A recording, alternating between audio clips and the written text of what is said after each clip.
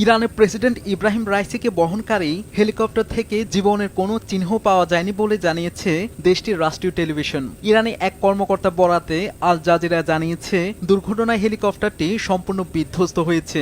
ওই কর্মকর্তা আরও বলেন, প্রেসিডেন্ট রাইসিকে বহনকারী হেলিকপ্টারে থাকা সব যাত্রী নিহত হওয়ার আশঙ্কা করা হচ্ছে।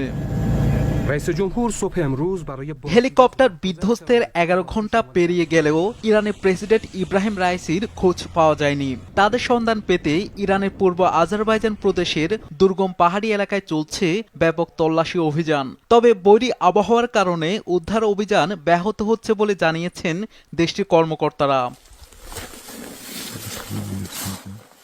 এমন অবস্থায় প্রেসিডেন্ট রাইসিকে অনুসন্ধানে সহায়তার জন্য উদ্ধারকারী দল পাঠিয়েছে রাশিয়া। দলটিতে ৪৭ জন বিশেষজ্ঞ উদ্ধারকারী উঁচু নিচু ও অসমতল ভূমিতে চলতে পারে এমন যানবাহন সহ একটি হেলিকপ্টার রয়েছে। হেলিকপ্টারটির সন্ধানে ৩২ জন পর্বত উদ্ধার বিশেষজ্ঞ পাঠিয়েছে তুরস্ক। পাশাপাশি ৩২টি গাড়ি মোতায়েন করা হয়েছে। এছাড়া ঘটনার অনুসন্ধান ও উদ্ধার অভিযানে সহায়তার জন্য এগিয়ে এসেছে সৌদি আরব, আর্মেনিয়া, ইউরোপীয় কমিশন সহ মধ্যপ্রাচ্যের বিভিন্ন দেশ।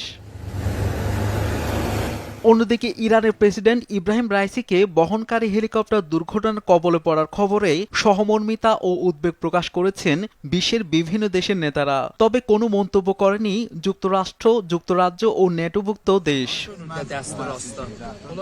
রোববার আজারবাইজানের প্রেসিডেন্টের সঙ্গে দেখা করেন ইব্রাহিম রাইসি। তারা একসঙ্গে একটি বাঁধ উদ্বোধন করেন। সে অনুষ্ঠান থেকে ফেরার পথে রাইসিকে বহনকারী হেলিকপ্টারটি বিধ্বস্ত হয়।